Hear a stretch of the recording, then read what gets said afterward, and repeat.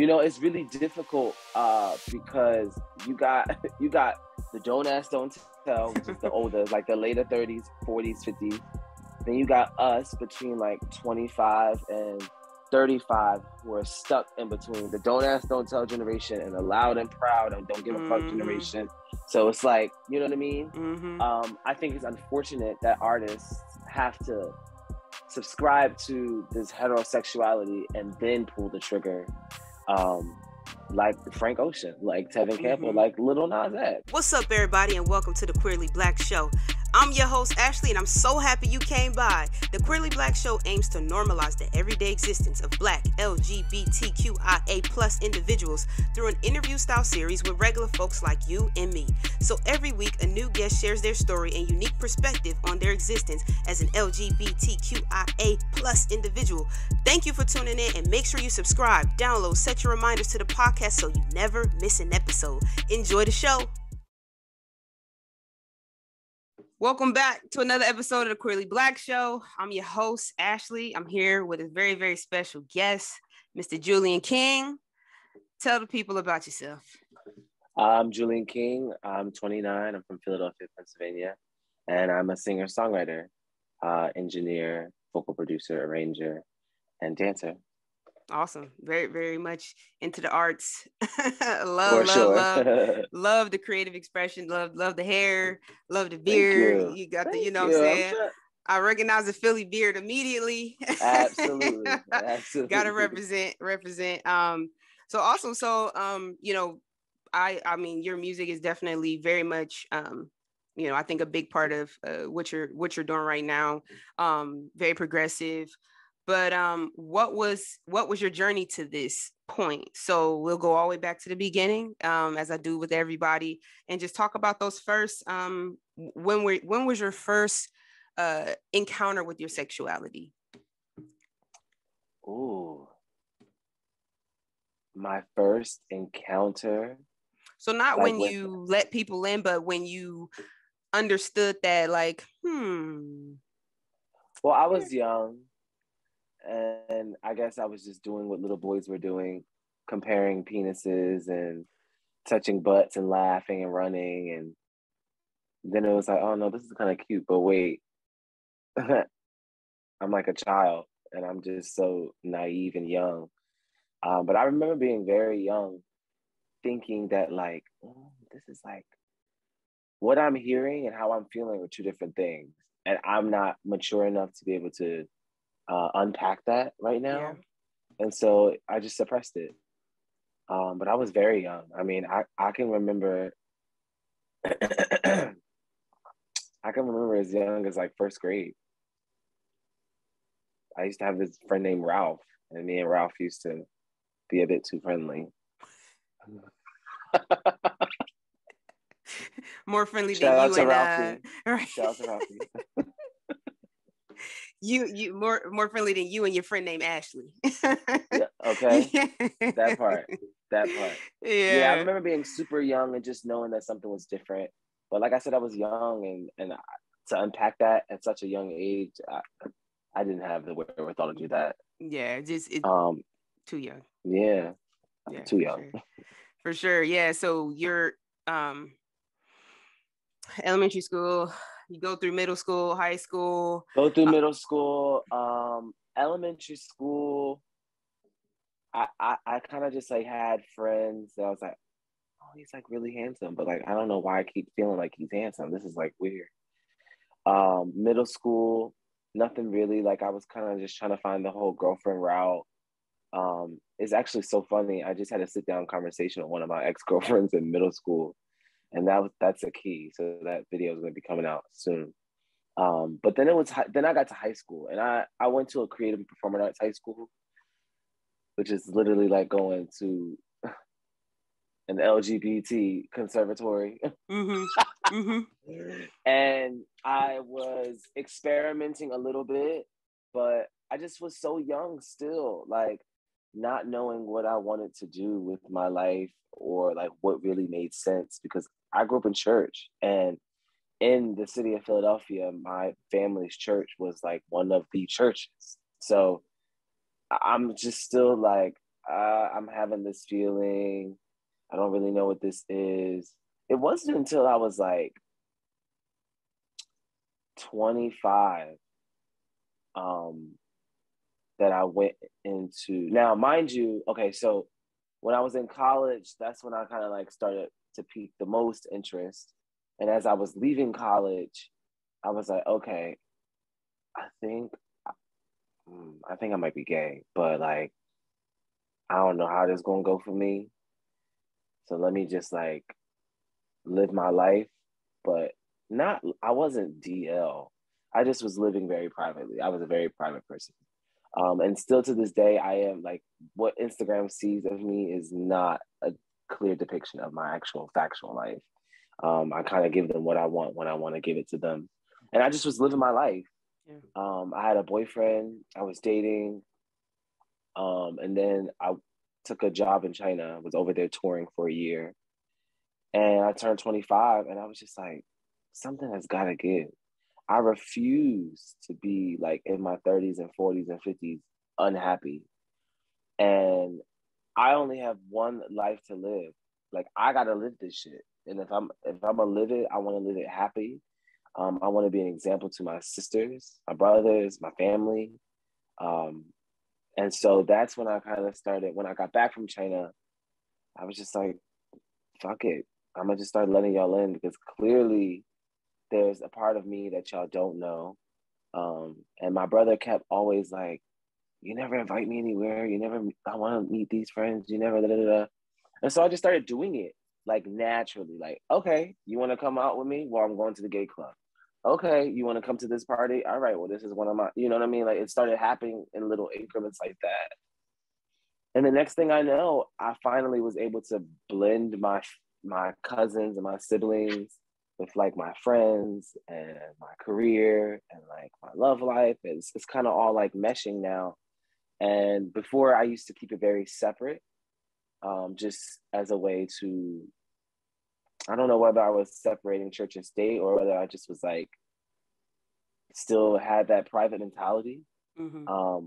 But I feel like I didn't really have this big old kumbaya, hey everybody, I'm gay moment, because mm-hmm. I kind of already been like living my life for years and I had a whole relationship.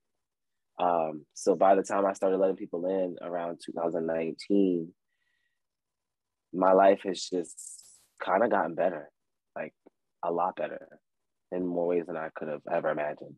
Yeah, because now the lines aren't, there's no like, it's just my life. And it's just flowing the way that I don't have to worry about environment and like, wait, can I be myself here and not be myself there? What's able going to on? Show up. Yeah. However I feel like showing up is the best. Yeah. You know, I believe that my masculine and my feminine coexist very beautifully. And sometimes I'm feeling more feminine. Sometimes I'm feeling more masculine. And I can show up around my father, my brothers, my cousins, like that. Yeah. That is like, that's total freedom to me. Yeah. And once you decided to kind of let your family into those parts of your life, was that a hard reconciliation, or was it a pretty natural one in terms of your parents? Mm-mm. I mean, like, I think my mom took it like it was like a little weird for a year. It wasn't like I could call her and she wouldn't answer, but it wasn't really given like, and she admits it. We had a whole conversation afterwards. She was kind of like in total shock, but she's had to like learn to kind of love me for who I am and not who she thought I would be. Yeah. And it's kind of like double the trouble because my little sister's gay too. Mm-hmm. So it's given very much. All right, girl, you got that TikTok video where it was like the not that your mom is homophobic, but I guess like the mom was homophobic and then the 3 kids come behind and they're all gay. Have you ever seen that video? I've never seen that. It was, I can't remember the song. It was one of those videos. It was like when my mom was homophobic, but then all the 3 of the kids start bouncing behind her and they're all gay. It's crazy. I will say that I feel like a lot of my relationships with my siblings and cousins have gotten a lot stronger because of it. And now we it's kind of like especially my cousins group, like I feel like all of us have finally found our character, and we can like play Tekken now. Like we all are showing up to each other and for each other in our most authentic way. And it's fun now to like kind of re-meet my cousins and their older selves. You know what I mean? Yeah, for sure. So so your music career, first of all, you have an amazing voice. Thank you so much. Do you remember like your first song that explicitly talked about your sexuality? To be completely honest, so it's been an interesting journey because at the time that my very first project, Sing For You, came out, I was still dealing with women. And at the time, I was just becoming an artist. I was referencing a lot of songs for a lot of different artists. And that first project was almost like an entire project of songs that did not get picked. Like my very first single from that project was No Strings. That song was meant for Trey Songz, but Trey Songz didn't want it, so I ended up getting it. Another song, Unforgettable, was meant for Jacob Lattimore, but his team didn't take it, so I took it. And I was talking about women, and the voice was there, the music was there, the art was there, but it just still wasn't, the connectivity just wasn't, right? So then this was around the time that I had my boyfriend, and my team was not trying to like have it. And I remember at the time my manager was like, yo, you gotta stop having all these gay dudes backstage. Like this shit is aki. And I looked at him and I looked at myself in the mirror and was like, yeah, no, this not gonna work. It was that moment, for real, for real. I was like, yeah, how dare I tell the people that bring me the most joy in my life, tell these people that they can't, nah, I'm good on that. So I ended up firing them. And that's what kind of I broke up with my boyfriend, my lease was up, I left my job. That's what kind of led me to go to China. I get back from China and I'm in the Motown show. I do The Voice. I traveling back and forth, and then I come up with Made in China. Now, Made in China, I really credit that year because I really got to just think about what I wanted for my life and how I wanted to come off, what I wanted to sing about. And everything was kind of like gender neutral in that project, except for one record called I Care. I think I still mention, like I say like girl or some shit like that. But it's very loose. It's not too intentional. Mm-hmm. It was very gender neutral. And I was scared when I released that project because I wasn't really saying a bunch of baby this, girl you wanna, bitch I wanna, it wasn't really giving that. It was giving like I's, we's, you's, us. And the response was great. So I was like, okay, maybe we could dive a little deeper. So then I released Takeout, which is an EP, which is kind of like an extension of that project. Because at the time, like that Made in China was getting its height. I was performing. I just won a USA Songwriting Competition award. Brandy was at my last show. I'm working with Jay-Z's people. Like it was like moving. Then the pandemic hit. So I released that project as like an extension of like, thank y'all for still fucking with me. Oh, I'm sorry. Can we curse? I'm sorry. Mm-hmm. Thank y'all for still like rocking with me during this pandemic. And I started sprinkling in some he's, and I started working with some of the ballroom girls, and I'm like tiptoeing. I'm like, okay. And then I was just like, honestly, fuck it. I do everyone around me and myself a disservice by not showing up authentically. And whatever that is, you know what I mean? Like I said, sometimes I feel like my feminine comes out more than my masculine and vice versa. Gone Do, which I released last July, was probably the first depiction of like, oh shit, okay, he's really, really talking about niggas. Like, I think I say niggas like maybe 6, 7, 8 times. And the response was great. Now, around that time, I had also kind of went viral for a Double Dutch video, and I had just got published into Italian Vogue. So like things were like it was like this thing that was happening, but I had so much other good shit happening too. It was kind of like whooshing it up. But Can We Go Back, which came out in January, really shook the girls. That video. Because I released the Baby. video. And this was the very first time that I'm showing a very clear reflection, like very precise reflection of what I actually went through. In my old songs, I kind of talked from a very broad point of view. But this song, no, I was talking about, and Gon Do, and Can We Go Back about the same nigga, which is crazy. Gon Do was when I first met him, and it was like fiery and mixy, and and then Can We Go Back was when it was fizzling out. But this is the first song and first video that people are kind of seeing me offer this sexuality up, I guess, or you know what I mean? And the response has been pretty incredible since then. It's been out maybe like 2 months now. We're almost at 50,000 views, and I couldn't be happier to just be able to create in a space that, like, one, a lot of my peers, they feel seen and heard and understood, and the music matches the quality of these other girls. You know what I mean? I think within the LGBTQ community, the artists get a lot of bad rep for the music not being good, or the music being too gay, or, we can't relate. So my hope is to be able to use my perspective, which is me liking guys, but also create music that any and everybody can listen to. Yeah. Or else we don't really reach anyone outside of our community.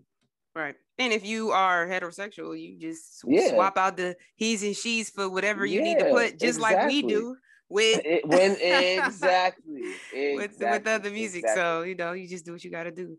So the visual for Can We Go Back is very, very open and very expressive, depicting your something that you truly experienced. What was your mindset of like really truly being expressive in a very sexual way, two guys being intimate, and that being a part of the visual? What was and then did you have any fear or any thoughts about like potentially doing it a different way? And then the other part is it's you in the video. So even the thought process around it being you versus, sometimes people get actors or, other people to kind of depict those things. Like, what was that journey for you? Okay, so when I thought about this song, I knew it had to come after Gon Do, because Gon Do was such a summery pop. I am using the same genuine My Whole Life Has Changed, Pop Smoke sample, but I wanted the girls to really be able to get an understanding of who Julian was, or at least where I was coming from. Now, this song in particular, like I said, was about I guess you could call him my ex. It was a situationship, but we'll just say ex for now. The song was a part of like that whole process, and I just wanted to be able to really beautifully tell that story of that time, because although we don't talk now, and I highly doubt we ever will talk again, that time was so beautiful to me, and I fell in such a beautiful way. It was the pandemic, so we were stuck in the house. We couldn't really go anywhere but around the apartment, up on the roof. We smoked in the car. We went to go get food, came back. You know what I mean? Like, it was giving very much that. And I wanted to be able to show intimacy between two Black men without it just having to be sex. Now, there are parts of the video where we were kissing and it got a little hot, but those are like flashed in, because I didn't want the focus to be that. I wanted the focus to be the intimacy of like sitting on the couch and laying in bed and laughing and smoking upstairs, and just those moments that a lot of people really don't get to see. And so when I started thinking about the video, I'm like, okay, this has to take place in an apartment. So let's do it at the apartment. But I think I'm going to do it because I also want the girls to see that we're in a different era now. So I'm not trying to keep things very gender neutral. And I'm also not hiding. I don't want people to think that I'm hiding from who I am and what I like. Mm-hmm. And so I put out an ad to find an actor, and I found one who's actually from the West Coast. So I flew him out and we shot the video. And between me and you, that was like the 7th edit, because I was like biting my nails every time an edit came through. And I was nervous just because I don't normally let people see me like that. Like I really try to, I joke with my friends and say, I really try to carry myself like a lady in the streets. I really do. Like no one really ever sees me in that space. So it was jaw-dropping for that reason as well. But he too is an Aquarius, so it was just very passionate. And that's what me and that boy, my ex, like that's what it was. It was passionate. It was like soft. It was warm. It was all of those things. And I wanted it to feel very cinematic, which is why we shot it in film. And I was very nervous before the video came out. I mean, I remember, because I also didn't want people to like think this was my nigga too, especially since this was my first time like showing people this. I remember I posted the first photo, the promo photo. And I used the line, I just want to make sure that you have anything you could ever want. And that's all I put. And it was me sitting on top of him. That was your and man baby, from that point on. baby. And I was trying my hardest to stay silent while all of this was going on, because it was building up anticipation. And then I posted another one, and that one went like viral on Twitter. And I'm like, oh shit, like, okay. And then I posted another one, and then I posted the cover, and it was a wrap. And then when the video came out, there was a day I was shooting the Timberland campaign, and I just remember that day being so special because I finally got to a place within my music journey that I can let people see me in a different light, but also kind of lead in this next era of who Julian King is and what Julian King has to offer.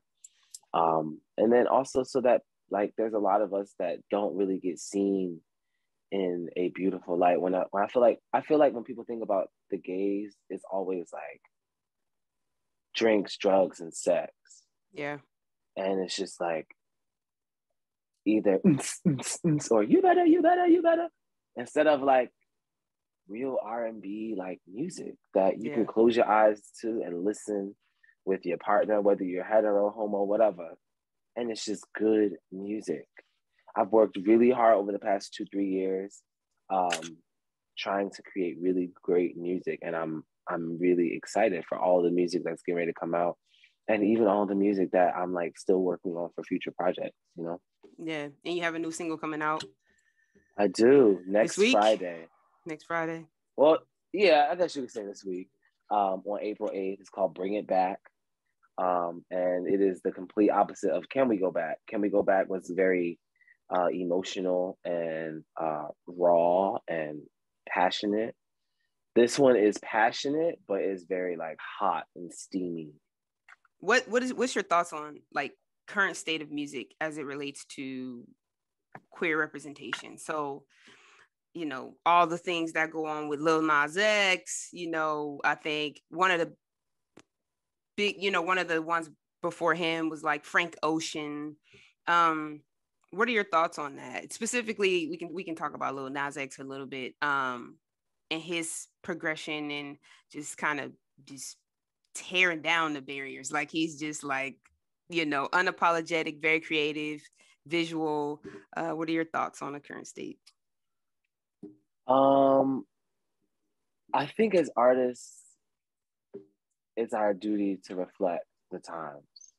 And I love Lil Nas's like this, he has the spirit of this new generation, which is really like don't give a fuck.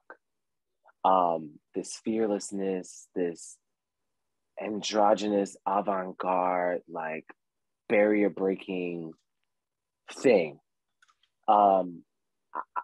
Unfortunately, I think we are like a little far in age, at least a solid 5, 6 years, 7 years. So like, it's hard for me to relate to kind of like where he's at, just because I'm a little bit more experienced in my game, if that makes sense.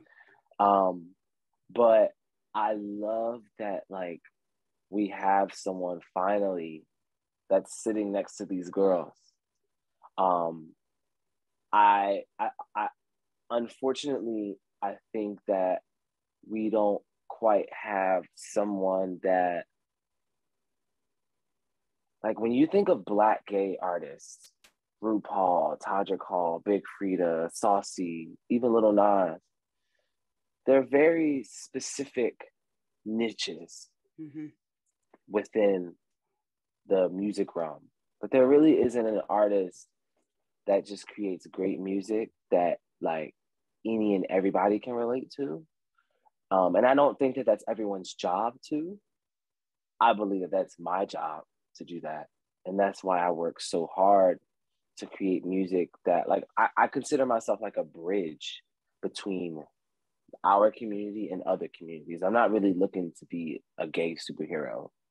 I'm looking to kind of like take what we have into the other spaces and really get the people to start like opening up their hearts and their minds more to receive all that life really has to give, which is more than the hetero experience. Yeah. I love an Old Nasty Saucy song. I love some of the records off of Lil Nas's project. I love that we are getting more representation and like people are getting it. I think that at the end of the day, it's just all about the music. Yeah. And the music has to be good enough to be able to transcend and leave our community and like garner the attention of the others in order to really make an impact. And because like what we've been doing so far, it's been working, but it hasn't been working because we still have not reached a lot of people, you know?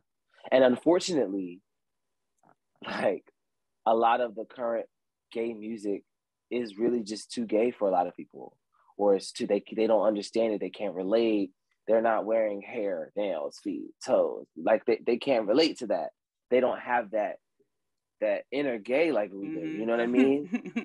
That's sauce. So that's sauce.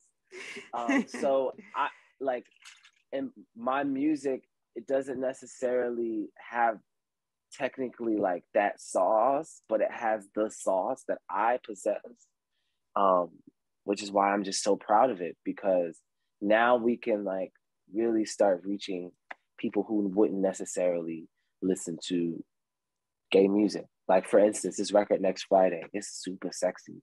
I could see this shit being played in like strip clubs, like straight strip clubs, and like niggas blasting this shit because it's just a bomb ass beat, it's a bomb ass melody, and it just sounds hella good. And that to me is like the work that I feel like we need to do, which I don't have a problem spearheading that. Because yes, it's good to make music for us, but we got a lot of people to reach. You know what I mean? Yeah, for sure. What do you think about like so like Tevin Campbell comes out and it's like, you know, he's gay, right? And now Tevin Campbell's made one of the biggest R&B songs of our lifetime in history. It's a cultural literally phenomenon, right? Do you think that stuff like that changes the way people feel about the music? Because he's kind of from a different generation, right? Like, you know, this niggas still gonna sing that shit. Absolutely. I mean, niggas still singing Luther Vandross. Absolutely. Knowing full well he was gay. You know, Luther was, right. I think for a lot of people, one of those like just kind of a don't ask, don't tell situation. It was like, and they were from that generation. You know, it's really difficult because you got the don't ask, don't tell, which is the older, like the later 30s, 40s, 50s. Then you got us between like 25 and 35 who are stuck in between the don't ask, don't tell generation and the loud and proud and don't give a fuck generation. So it's like, you know what I mean? I think it's unfortunate that artists have to subscribe to this heterosexuality and then pull the trigger, like Frank Ocean, like Tevin Campbell, like Lil Nas X. But Lil Nas just ended up having the biggest record or the most streamed record of all time in his arsenal. So at that point, he could do whatever the fuck he wanted to do. His label's gonna let him do whatever he wants. So of course, it was the perfect time to, you know, come out and really make a splash. I think that people were kind of fucked up when Frank Ocean did it. They were like, damn, like it caused a lot of controversy. I remember that time. Yeah. But I think it's so unfortunate that artists, gay male artists, Black gay male artists, even have to do this. It's exhausting. Wow. It's crazy. Exhausting for me, and I didn't even have to do that. All right, and because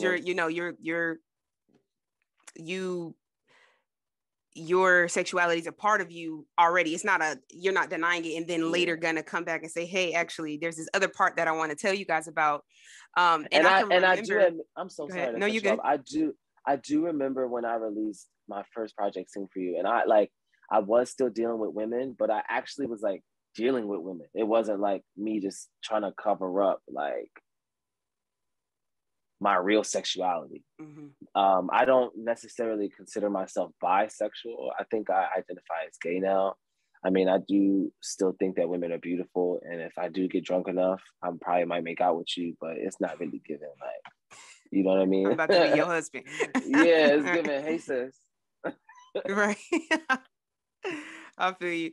But I remember like in school when Frank Ocean's album came out. I was in grad school, and I used to ride to campus with two of my friends, both guys, and very much hetero guys. You know, both are married now, you know, and everything. So we used to ride and listen to Frank Ocean. This was when it came out. And so, you know, Forrest Gump, you got all the joints, right? And they loved the album. And that one song, it was like, they just was like, yeah, man, I ain't gonna be able to. But they loved the song. And it's like, just change the words. But for, you know, just that. It's still hard for a lot of people. Yeah, it's very hard interesting. We got a long way to go. But I do believe that if the music is right, the rest will follow. Yeah, because they acknowledge that. They like, yo, nah, that's hard. Like that's, but again, that age range of like, you know, we kind of are, I kind of consider us like the conservative progressives.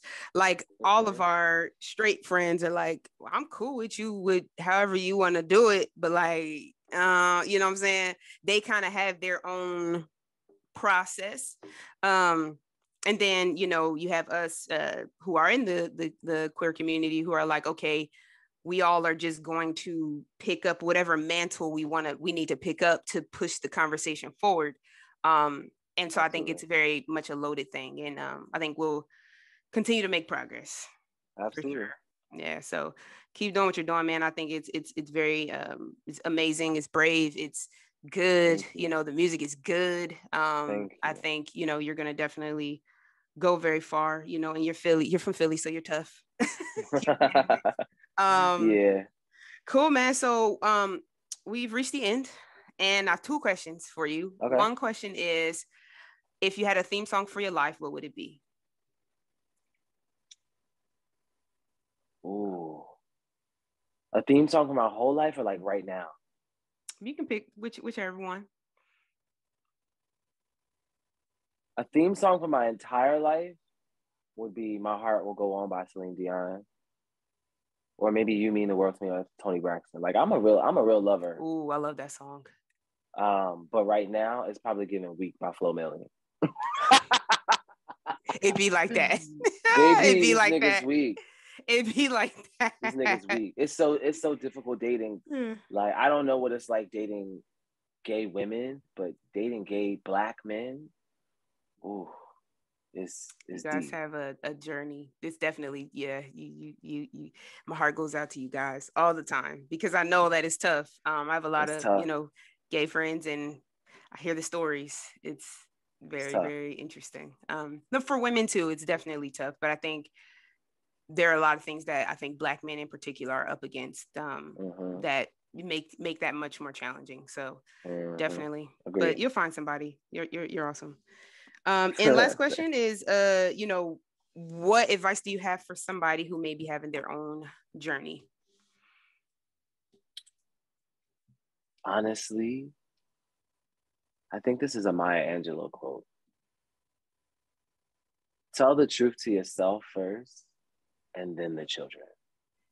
That really resonated with me when I was over in China, because we are now in a world where like artists aren't really facades anymore. Like we don't really have David Bowies and Kisses and Madonnas and Britney Spears. We don't have these characters.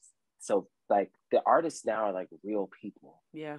And people can feel when it's authentic and when it's not. Find whatever it is that is you. Find that and then like feed and water that, because that's what's going to be what makes you you. That's what's going to gravitate people towards you. And like I remember when I did start letting people in, I mean, everything in my life just started blossoming. My career, my friendships, my family relationships, all of it. And it's difficult. It's a lot easier said than done. But you gotta, at some point, when does your happiness become like your priority? And I had to really ask myself that. And it sounds so like stupid when you say it out loud. Like it sounds hella stupid when you ask yourself, but like, when does your happiness? I made decisions in my life based upon everything. My mother, my father, my grandfather, the church, being close to family, like everything. And that just is no more. And there's such freedom and power in that. And I love walking into my newness. And I know that whoever is watching this, when they finally make that decision, and this is not a coming out, letting people in type of moment either. This is just really like whatever your niche is. Yeah. You know, whether your niche is doing a podcast, or your niche is videography, or your niche is showing queer stories through the lens of poems, or whatever the case may be. Find that niche, water that shit, and the rest will follow. For sure. No, I think that's amazing. But please tell the truth to yourself first, and then the children. The children gonna know. They gonna know. The children gonna know when you're lying. They will. That's the truth, for real. That's real truth. Well, thank you, man. Tell the people where they can find you. You can find me on Instagram and Twitter at It's Julian King, ITSJULIAN. I do have that TikTok thing. It's Julian King with 2 G's, ITSJULIANKINGG. I wouldn't hold your breath on that app, but if you hit me on Instagram and Twitter, I will most likely respond. Yeah, no, awesome. Yeah. Well, thank you single so coming much. Out next Friday. Yes. Bring It Back. It'll be available on all DSPs, which is digital streaming platforms. I'm going to be releasing some visualizers with it every week. So yeah, stay tuned. Awesome, man. Well, thank you so much for sharing. Absolutely. Thank you. This is another episode of Queerly Blax Show. I'm your host, Ashley. I'll catch y'all on the next one.